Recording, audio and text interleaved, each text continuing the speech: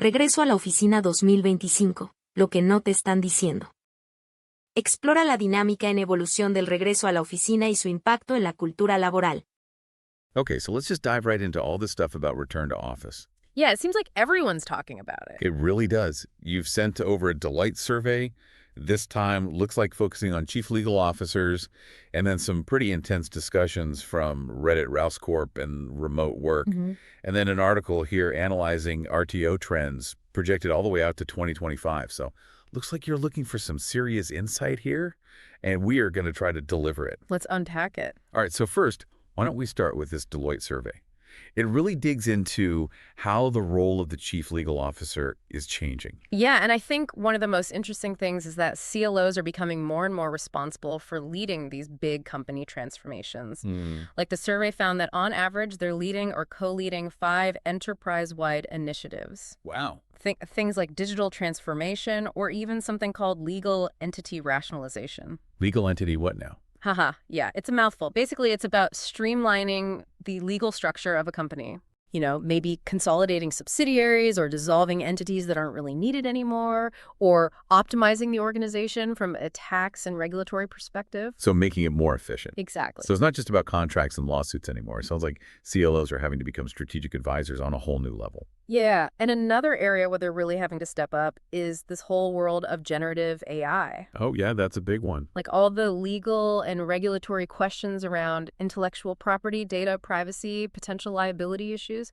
It's a minefield. Makes sense. AI is a really powerful tool, but there are a lot of risks that need to be managed. And the survey found that CLOs are excited about the potential of AI for their organizations, but they also know about the risks. Right. There's a real need for clear strategies and for people in legal departments to really learn new skills to make sure AI is implemented responsibly and effectively. So it's not just about using the new tech, it's about using it the right way. Yes. Okay, well, let's move on to all the anxiety around this return to office push.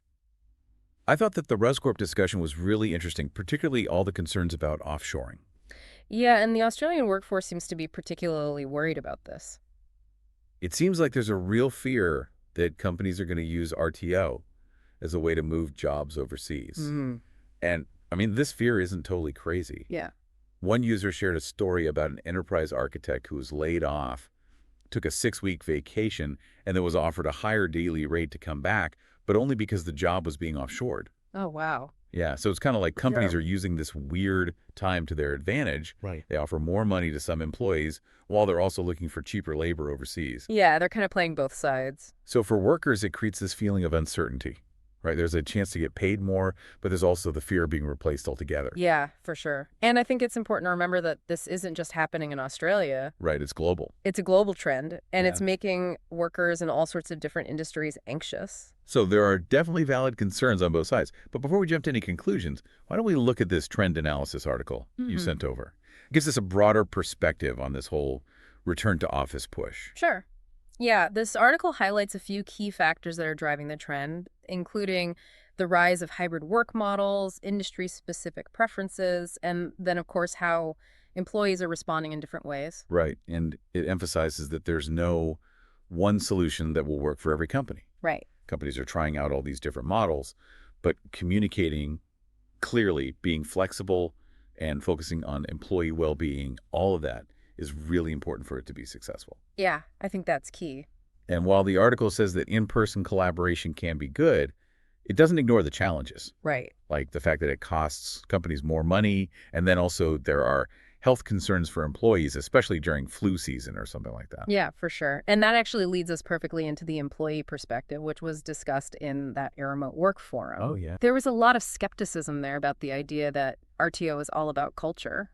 A lot of users felt like it was just a sneaky way to force people to quit or to cut costs or to control employees who have gotten used to working more independently.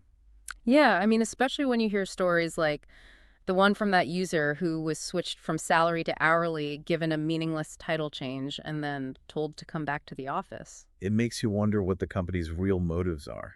It does feel like a bait and switch, you know? Get people back in the office talking about culture and then change their employment to benefit the company. So we've got this tension then.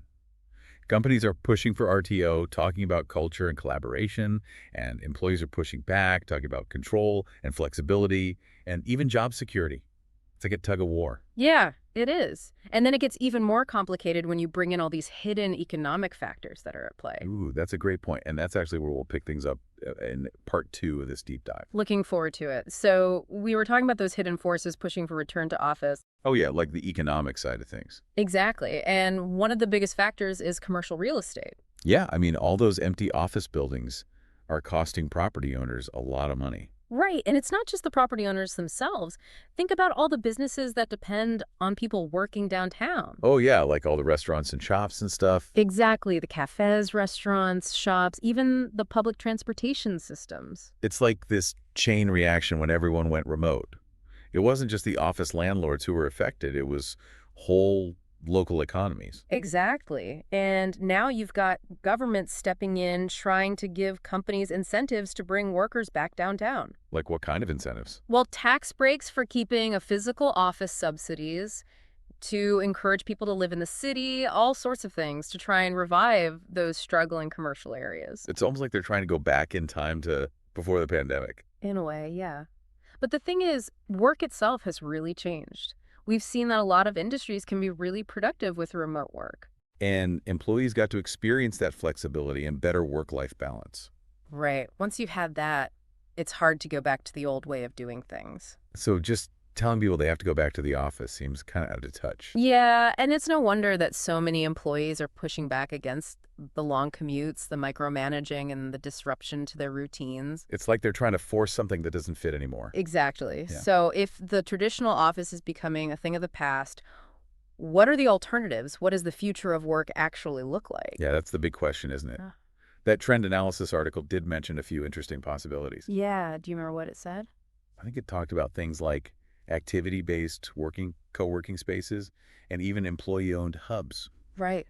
Imagine a world where the office isn't a fixed place, but a concept that changes based on what needs to get done. So instead of being stuck at a desk, you could choose to work in the environment that works best for you. Exactly. Need to focus on something by yourself. Find a quiet spot, have a big brainstorming session coming up, go to a collaborative space, want to connect with colleagues in a more relaxed way, head to the communal area. Sounds pretty ideal. A work environment that's actually designed for different people and different ways of working. And this isn't just a fantasy. Companies are already trying out these ideas. We're seeing these new flexible workspaces popping up that try to cater to all sorts of needs. And some organizations are going fully remote with no central office at all. Wow, that's a huge change. It must require a whole new way of managing and working together. It does, and technology is a big part of making this new world of work possible. We're talking virtual reality meeting rooms, sophisticated project management tools, and even AI assistants that help things run smoothly. It feels like we're on the edge of a massive shift in how we think about work. We are, and for you, the listener, this is both exciting and challenging. It's a chance to redefine your relationship with work, to find a setup that truly fits your values and goals. But it also means you have to be proactive, stay informed, and maybe even be a little brave in asking for what you need. Absolutely. This isn't just about adapting to change. It's about actively creating the future of work. That's a great way to put it.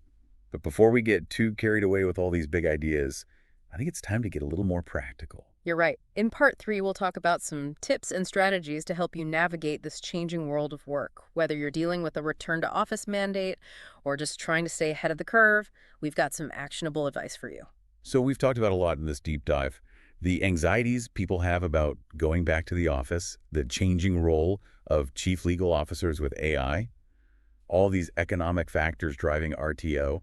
It's a lot to think about. Yeah, it really shows how everything is connected, doesn't it? Like individual decisions, company policies, the economy, technology, all of that is playing a role in how work is changing. Totally. But let's make this practical. What can our listener actually do with all this information? Whether they're worried about their company forcing RTO, or they just want to know how to keep their career moving forward. What are the key takeaways? Well, I think the most important thing is to be informed. The more you know, the better prepared you'll be to handle all these changes. Right, so stay up to date on what's happening in your industry. Keep an eye on how your company is doing financially, and pay attention to all the conversations about different ways of working. Exactly. Don't just accept whatever your company tells you. Do your own research, ask questions, and really try to understand why they're making the decisions they're making about RTO. So don't be passive. Right. And don't be afraid to speak up for yourself. If you're doing great work remotely, make sure your manager knows that. Show them the data on how productive you are and explain how it benefits the company. Sometimes having those numbers to back you up can be more convincing than just saying how you feel. It does. And even if your company is pushing for everyone to be back in the office full time, see if you can negotiate a hybrid schedule. Okay, so maybe you come in for important meetings and collaborative work, but you still have the flexibility to work remotely when you need to focus. Exactly. It's about finding that balance that works for both the employee and the employer. So flexibility is key. Yes. And flexibility isn't just about where you work, but when you work, too. Look into things like flex hours or a compressed work week. Those can be really helpful for people who have kids to take care of or who just like having more control over their time. Definitely. And if your current company just isn't willing to budge on these issues, don't be afraid to start looking for a new job. The job market is tough, but there are companies out there that are embracing remote work, flexible arrangements, and cultures that put employees first. So keep those resumes updated and those LinkedIn profiles polished. Exactly. This is also a really good time to invest in learning new skills and developing professionally. As technology keeps changing, certain skills are going to become even more valuable. Like what kind of skills? Things like data analysis, digital marketing, project management, anything related to AI or automation. So be curious. Mm-hmm. Be willing to adapt and keep learning new things. That's the best way to make sure your career stays strong no matter what happens. I agree. And remember, this is all part of a bigger discussion about the future of work. It's not just about where we work, but how we work, what work means to us, and how we can make our professional lives more fulfilling and sustainable. Well said. We hope this deep dive has given you all the information and maybe even some inspiration to confidently navigate this changing world of work. Keep diving deep, everyone.